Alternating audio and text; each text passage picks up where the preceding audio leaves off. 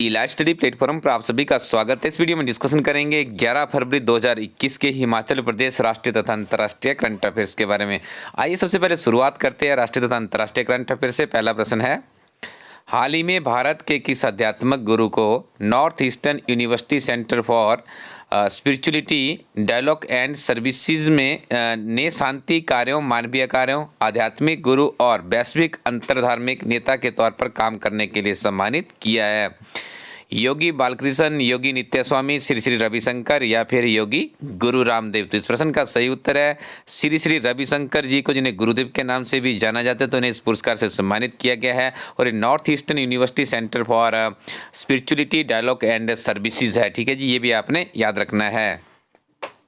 उद्योग और आंतरिक व्यापार संवर्धन विभाग यानी DPIIT की नवीनतम रिपोर्ट के मुताबिक कितने राज्यों ने ईज ऑफ डूइंग बिजनेस में सुधार किया है? 4, 5, 6 या 7? The right answer is here 4।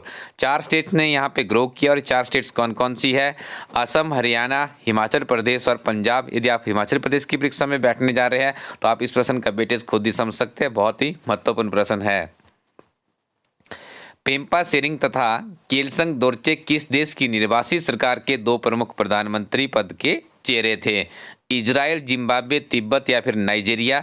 The right answer is here Tibet. आपको ज्ञात होगा तिब्बत में जो उनका प्रधानमंत्री है उसके लिए चुनाव प्रक्रिया चल रही है। फर्स्ट फेज का उनका कार्यक्रम लगभग संपन्न हो चुका है। दूसरे फेज के लिए जो 2 चेहरे हैं पेम्पा सेरिंग और केलसंग दोरचे काफ़ी सुर्खियों में है, याद रखिएगा। यदि हम बात करें जब पिछले टेन्योर में इनके जो चुनाव हुए थे तिब्बत के निर्वासित सरकार जो बनती है उसके प्रधानमंत्री के लिए, वो प्रश्न भी 2 या 3 बार विभिन्न तरह के एग्जाम में पूछा गया था। यहाँ से भी आपको प्रश्न आ सकता है। दुनिया का सबसे बड़ा ऑफशोर विंड फार्म कहां पर स्थापित होगा?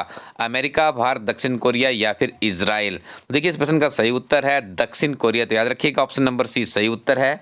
वर्तमान में दुनिया का सबसे बड़ा अपतटीय पवन फार्म ब्रिटेन में हॉर्नेसी 1 है, जिसकी क्षमता 1.12 गीगावाट है। ये देखिए प्रश्न की मूल भावना को समझिए आप। दुनिया का सबसे बड़ा ऑफशोर विंड किस फार्म में स्थापित होगा? आपसे ये पूछा जा सकता है तो आप उसका दक्षिण कोरिया उत्तर कर देंगे। या एग्जिस्टिंग में कौन है तो ये भी आपको बता दिया। इससे बाहर शायद प्रश्न आए तो फिर विचित्र बात होगी, लेकिन लगता नहीं कि इससे बाहर कोई प्रश्न आएगा। पाकिस्तान में किसकी अध्यक्षता में प्राचीन पवित्र स्थानों के रखरखाव के लिए एक कमेटी का गठन किया गया है? कि पाकिस्तान के प्राचीन पवित्र स्थानों की बात की जा रही है। विशेष तौर से इन पवित्र स्थानों में जो हिंदू मंदिर है, जो धार्मिक स्थल है, उनको सम्मिलित किया गया है। तो यहाँ पे देखिए डॉक्टर शोएब सदल की अध्यक्षता में एक कमेटी का गठन किया और वहाँ पे पाया गया कि बहुत से ऐसे मंदिर है जो कि प्राचीन धरोहर है और विशेष तौर से हिंदू समुदाय से जुड़े हुए और जर्जर अवस्था में है। लाइट सर्विसेज और नायब तहसीलदार की परीक्षा के लिए प्रश्न बहुत ही उपयोगी माना जा सकता है। असोम माला कार्यक्रम का आयोजन किस राज्य में हुआ? देखिए असोम माला कार्यक्रम की बात की जा रही है तो इसका आयोजन होता है असम में। याद रखिएगा ऑप्शन नंबर 20 का सही उत्तर है। गूगल क्लाउड ने अपने इंडिया बिजनेस के लिए किसे नया प्रबंध निदेशक नियुक्त किया है? तो इनका नाम है विक्रम सिंह बेदी, यानी ऑप्शन नंबर 20 सही उत्तर है। तो याद रखिएगा गूगल क्लाउड ने जो अपने इंडिया बिजनेस के लिए नया प्रबंध निदेशक नियुक्त किया गया है उनका नाम है विक्रम सिंह बेदी। वर्ष 2017 की पाकिस्तान जनगणना के अनुसार कुल आबादी में हिंदुओं की संख्या कितने प्रतिशत है? तो देखिए बताई गई है 2.14%। काफ़ी हिंदू कम हो चुके हैं पाकिस्तान में।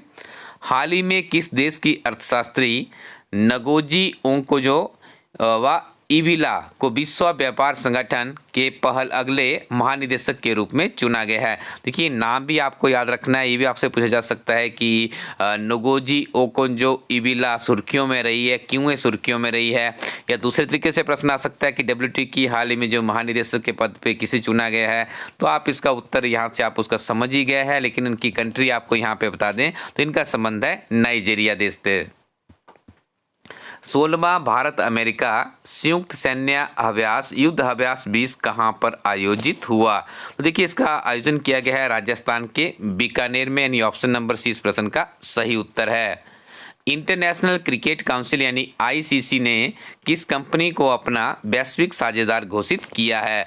तो यहाँ पे घोषित किया गया है BYJUS। This is very important, याद रखिएगा। आईसीसी इंटरनेशनल क्रिकेट काउंसिल की बात की जा रही है। नासा ने स्पेसएक्स मिशन लॉन्च करने के लिए किस कंपनी का चयन किया है?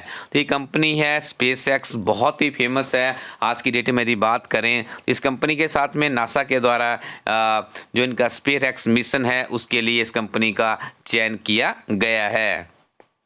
सार्वजनिक क्षेत्र की किस कंपनी ने लद्दाख में देश की पहली भूतापीय क्षेत्र विकास परियोजना को क्रियान्वित करने की घोषणा की है? देखिए, ये घोषणा की गई है oil and natural gas corporation, जिसे आप ONGC भी कहते हैं। ऑप्शन नंबर ए सही उत्तर है। आगे डिस्कशन करेंगे हिमाचल प्रदेश के बहुत ही महत्वपूर्ण करंट अफेयर्स के बारे में। पहला प्रश्न है, स्कीइंग एंड स्नोबोर्ड की नेशनल चैंपियनशिप में हिमाचल की टीम ने कितने पदक हासिल किए हैं? तो यहाँ पे 5 पदक हासिल किए गए हैं, जिसमें 3 स्वर्ण है, 1 सिल्वर है और 1 ब्राउन्ज पदक है। याद रखिएगा, ये बात की जा रही है स्कीइंग एंड स्नोबोर्ड की नेशनल चैंपियनशिप में 5 पदक हिमाचल प्रदेश की झोली में आए हैं। हलड़ा कुश तथा गोची उत्सव हिमाचल प्रदेश के किस जिला में मनाया जाता है? तो याद रखिएगा, इस उत्सव का आयोजन किया जाता है लाहौल स्पीति में। ऑप्शन नंबर डी सही उत्तर है। साथ में आपको और फैक्ट भी याद रखने हैं। लाहौल स्पीति के गाहर घाटी में हलड़ा कुश उत्सव के बाद गोची उत्सव मनाया जा रहा है। हाल घाटी में लड़कों के जन्म पर गोची उत्सव मनाने की परंपरा है। बेटे के जन्म पर परिवार पूरे गांव और रिश्तेदारों को गोची उत्सव पर धाम के लिए निमंत्रण भेजता है। घाटी में पयुक्कर एक ऐसा गांव भी है जहां सदियों से गोची उत्सव बेटियों के जन्म पर मनाया जाता है। देखिए कितनी मूल भावना, देखिए आप इस प्रश्न की, बहुत ही महत्वपूर्ण प्रश्न है।